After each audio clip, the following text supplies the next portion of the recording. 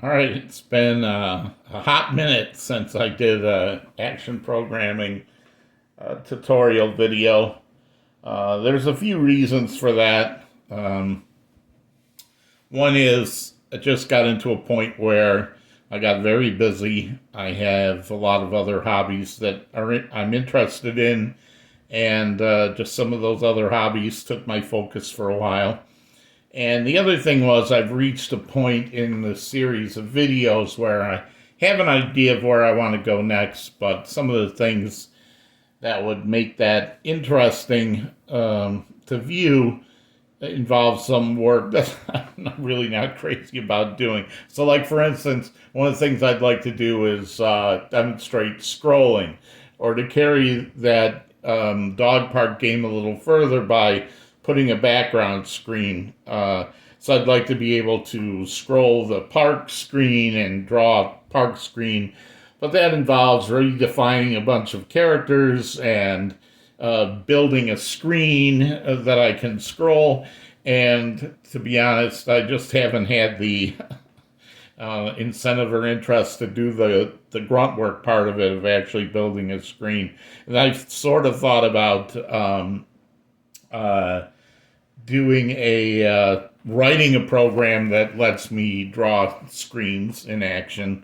So that's something I might do. But I did decide that since it's been a long time, I at least wanted to get some kind of video out there again, just to show that I am still doing some action programming, even though tonight I'm going to do something that I said I wasn't going to do in this series, or tried not to do in this series, and that is review some program I've already written. Normally, I like to do this series where I'm programming in real time so people can see step by step as I do each piece. But I decided to take the shortcut and just throw out this video tonight on something I've already written. Uh, and I will say that everything I'm going to show tonight has been demonstrated in the previous series of videos. So you could write this program that I'm going to demonstrate tonight just from the knowledge you could have picked up from viewing the other videos in the series. There's one slight new thing that we're going to talk about tonight, which is page flipping to sort of simulate animation. But kind of, we are going to use the same technique to do page flipping that we did to move player missiles around fast. So it's not totally new, but it is new in the sense I didn't actually do page flipping. So what I have tonight is a program I wrote for a work programming challenge. We had this thing at work where we would have a little challenge to write a program. This is based on Conway's Game of Life. I'm not going to explain all about Conway's Game of Life in this video. If you want to learn about Conway's Game of Life, there's another video that I did for my programming challenge. I think it's only about 10, 12 minutes long. Go watch that video. It'll talk about what exactly Conway's Game of Life is and how it works. And I'll demonstrate it quickly here, just a couple of patterns to so we can understand when I pick the program apart what's going on. But go watch that video first if you want to learn about Conway's Game of Life, and then come back here for the rest of this video. So just quickly, I'm just going to show Conway's Game of Life is basically where you set a pattern of cells up, and then you set them in motion. So this is like what they call a zero-player game, because once it starts, you don't make any moves yourself. The game runs itself. And in this case, you have some cells on the screen, those green asterisks. And the way Conway's Game of Life works is we're going to iterate over that screen. And if a cell has only one neighbor, or if it has more than three neighbors, and neighbors are the 8 spaces around it. So, for instance, this cell here in the 8 spaces around it only has one neighbor, so it will die. If you have more than 3 neighbors, you also die. So if you have one neighbor, or 0 neighbors, you die of loneliness. If you have 3 or more neighbors, more than 3 neighbors, you die of overpopulation. If you have exactly 2 neighbors, then if the cell was alive, it stays alive, and if it was dead, it would stay dead, dead meaning off.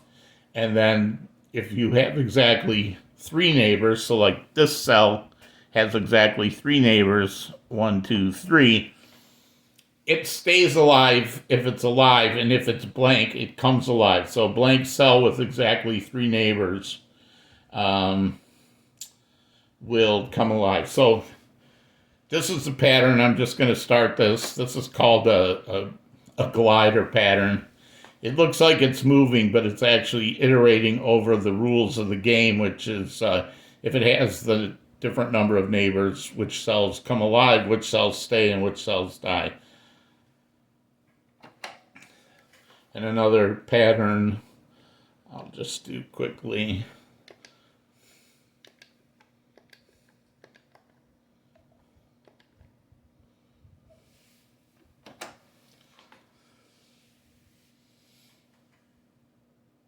So some of these things can grow and change, and it looks like it's moving, but actually we're flipping between screens, and we'll demonstrate this. And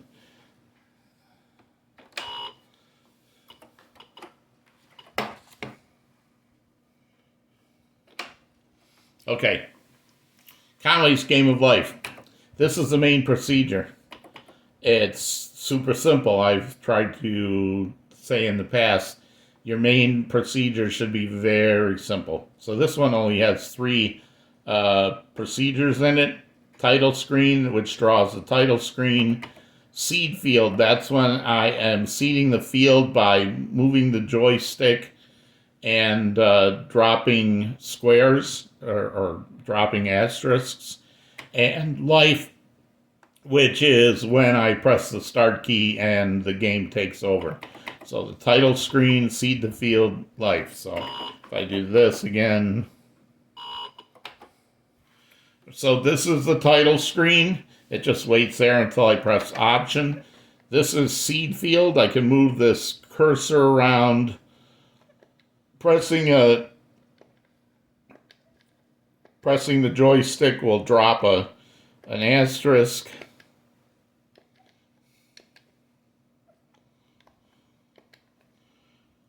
This is the seed field procedure, all of this. And then when I press start, the life procedure takes over.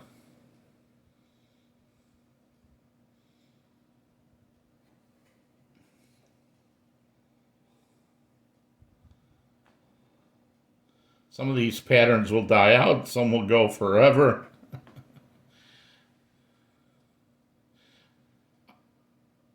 And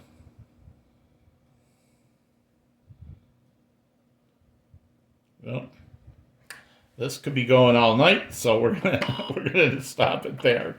I wish I would. Oh,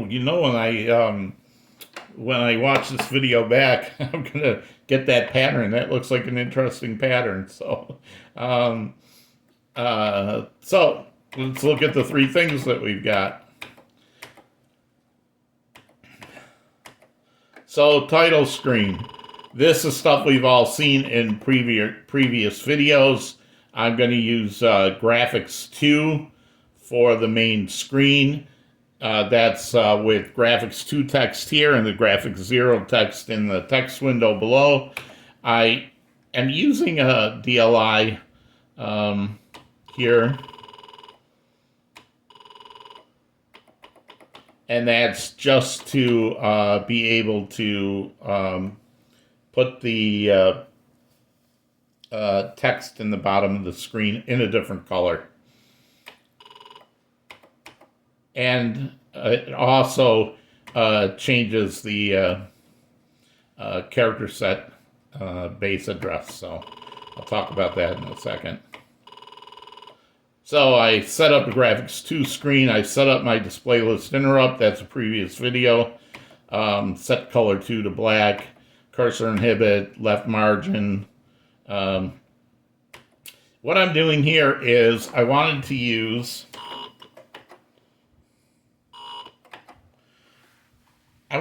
a mix of lowercase and uppercase in graphics 2. Actually, that's why that's all this fancy stuff you're going to see here in a second. So what I do is I set aside, and again, we've done this before, right? Is I set a place for in RAM for the character set that I'm going to copy, and I grab the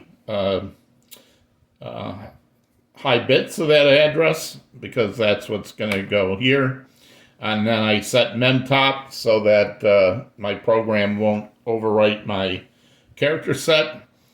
And then the first thing I do here is, this is in graphics 2, so I only need either the 512 bytes of the first 64 characters or the 512 bytes of the other 64 characters.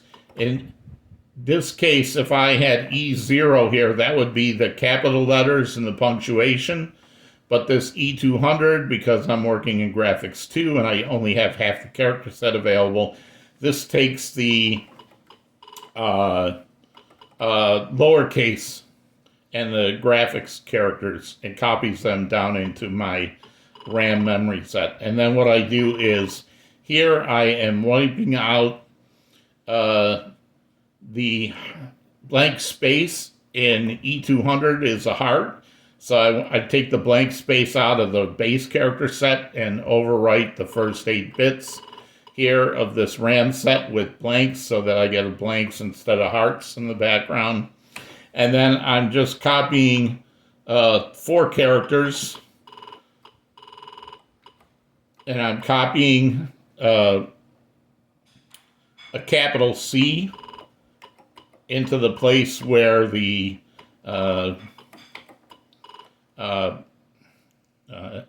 exclamation point is.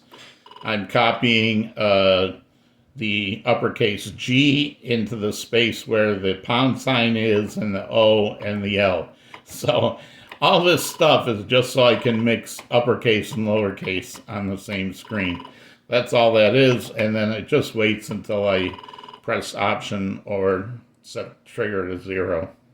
Press the joystick trigger. That's title screen. Seed field.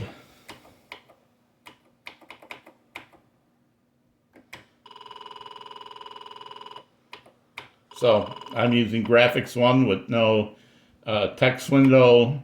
I set the cursor to the upper left screen, set the color to cursor, which is the pound key.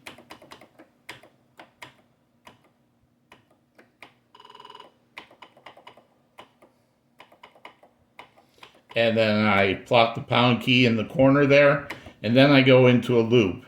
Oh, this is bad formatting on my part. All this should be indented.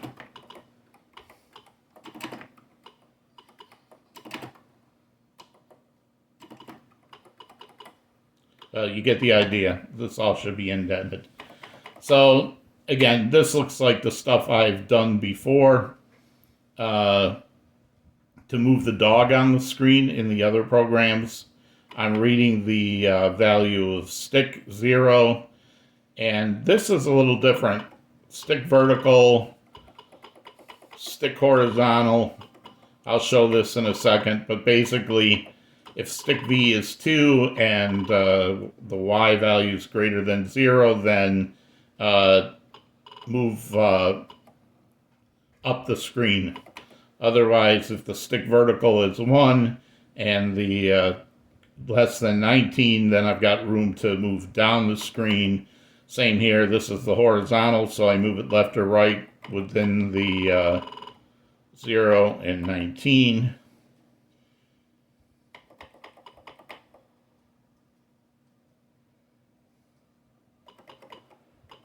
Shouldn't that be 23?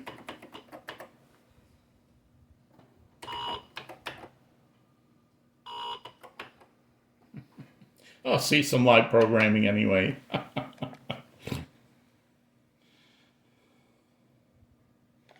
Yeah, that should have been 23. Why did I have that blocked off at 19? Okay. Oh, I found a bug. How do you like that?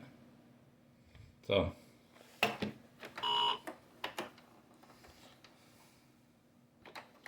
Right, because the Y values go between 0 and 23, and the X value is 0 and 19, so I'm not sure why I had that. I have this delay here because otherwise, if the cursor moves way too fast and you can't control it. So this delay, we've seen that delay method before, right? It's just a card, I equals counter. It doesn't do anything. So while we're here, let's look at stick V and stick H. So it turns out that the vertical, so the joystick uses the first 4 bits in the memory location for the stick. If I AND it with a 3, which is the first 2 bits, that's the vertical. So all vertical movement is held in the first 2 bits. If the bits are both 0, then it's not moving either way. If the bit is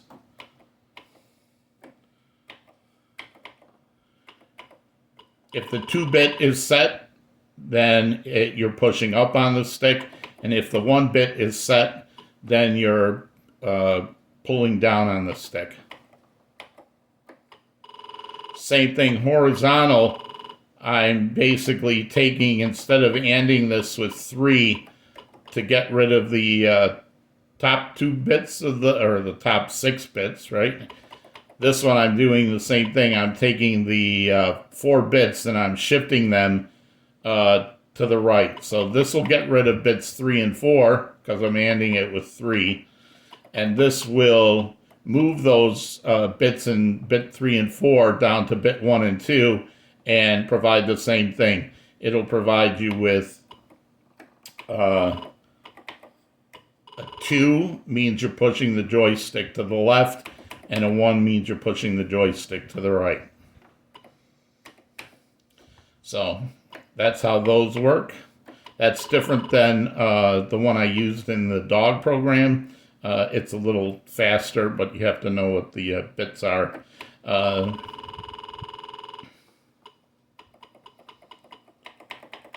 Then I just check. So if current X or current Y have changed from the old one, then I move the cursor. If I press the trigger, then I locate where the cursor is now, and if it's not marked, then I'll mark it and plot it. Otherwise, if it is marked and I press the trigger, then I change it back to the cursor, which means I'm going to blank that out. So this lets me mark and unmark a spot. And again, this delay, the trigger is even more touchy. The trigger is even more touchy than the stick. So if you don't have some long delay in there, you press the trigger, it'll alternate between, because your finger can't move fast enough to just register a single click without this delay in there.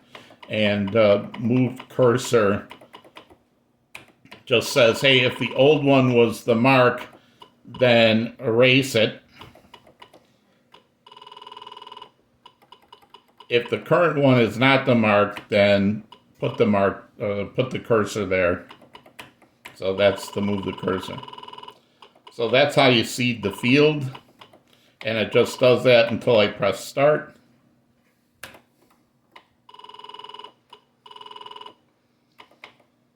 And then it calls life, which is here. This has some local variables. This will hold the number of neighbors, and this is just a counter. I set the color to blank, and at the current XY, so wherever the pound sign cursor was, that's going to get a blank. Now here's where I do the page flipping part. This is current screen memory, what's displayed on the screen at any point. And for graphics 1 screen, that's 480 bytes. I'm going to move it into a place called... So up here I have defined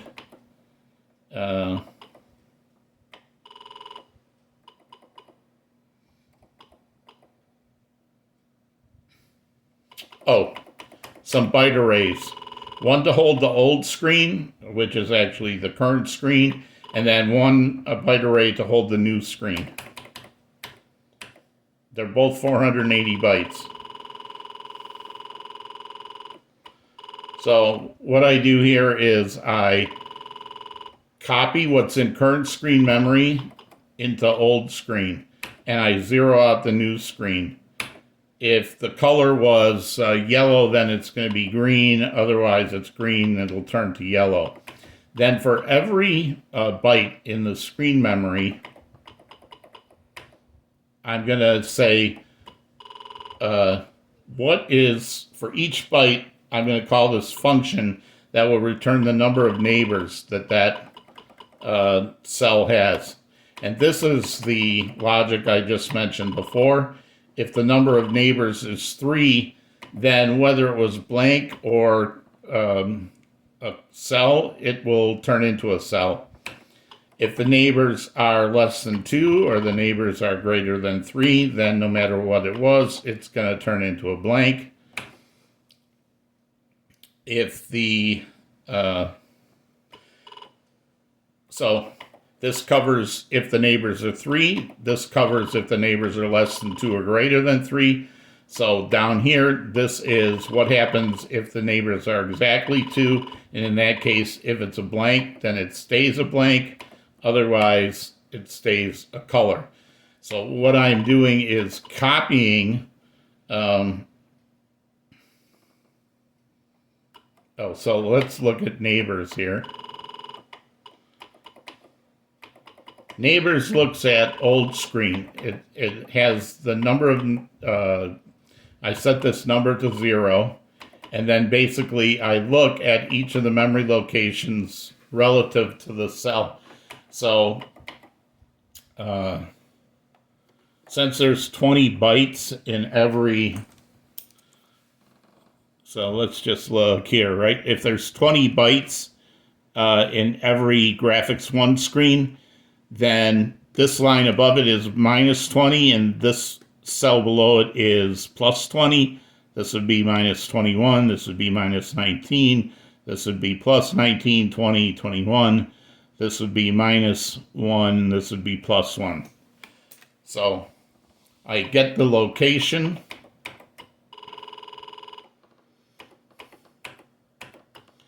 And then I just check if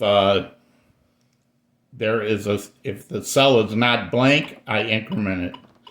And then I do that for each of the 8 possible neighbors. Now, this is interesting because originally when I wrote this, because this is 21, 20, 19, I had a little loop that basically went from 21 to 19.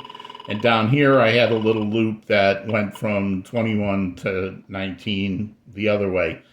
But it actually turns out that this way, although it's not intuitive, is faster in action than having those loops. And the reason being is this code, although it looks, kind of awkward to do all these ifs, actually compiles into machine language code much cleaner and shorter than doing two loops.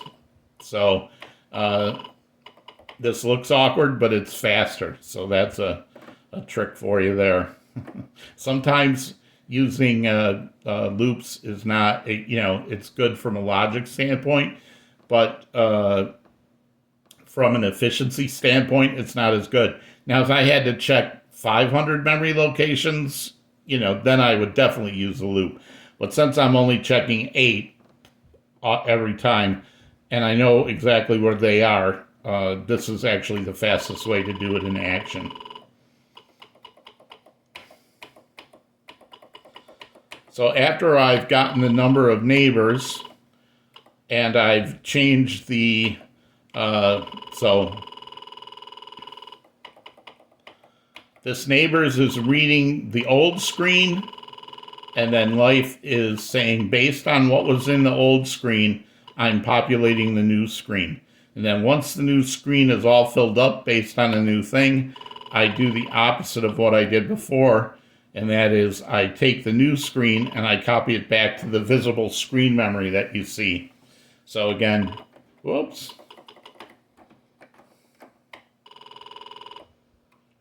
Copy the current screen that you see into some holding place, zero out the new screen, loop through the old screen, checking if you're turning on cells or turning off cells in the new screen, and then when you're done, copy the new screen back. That's why the 0 is important. Otherwise, there would be stuff left over from the last time I was there. I used to have a delay here, but I took that out. So that's the whole program and everything there. So this is the example, right, of the page flipping. It's basically what's in screen memory, the old screen and the new screen. Take the old screen, copy to the new screen with whatever changes you want to make, and then shove the new screen back into screen memory. And then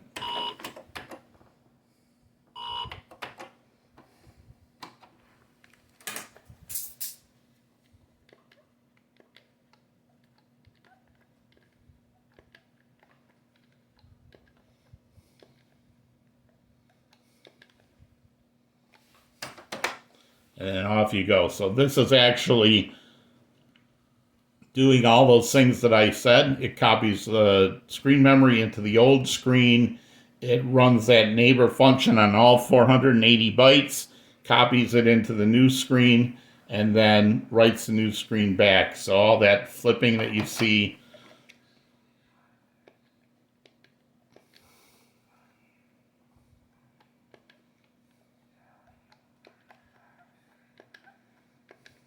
some of these I don't know what they do. I'm just picking. All right. So anyway, you can see these flipping the colors. That's the page flipping, and it's reading those all 480 bytes.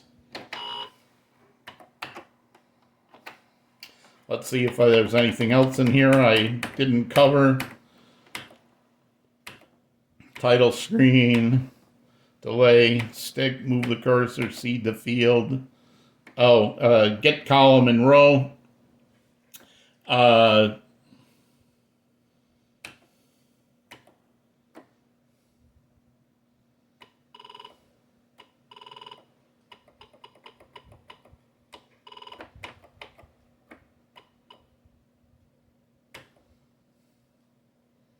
don't know, did I actually use these? Maybe I didn't use these.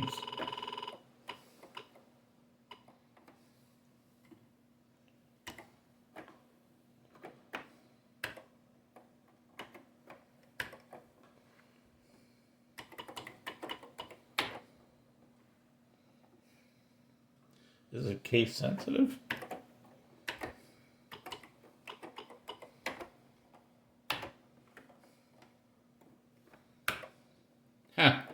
I guess I wrote these and then I thought I would use them and never did. More programming on the fly.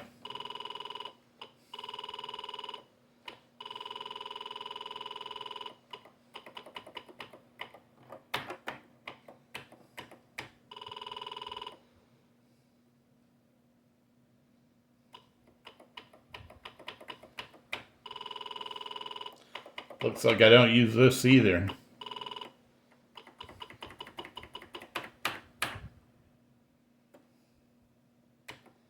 I might have used that back when I had the loop. Let's see if it still works.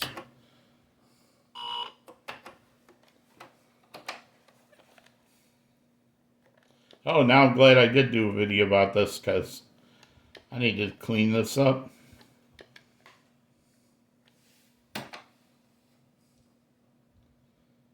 Alright, so it still works.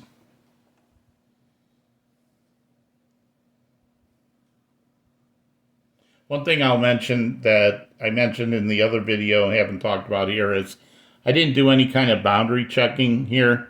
So the screen memory that's off the screen, I don't do any checking there.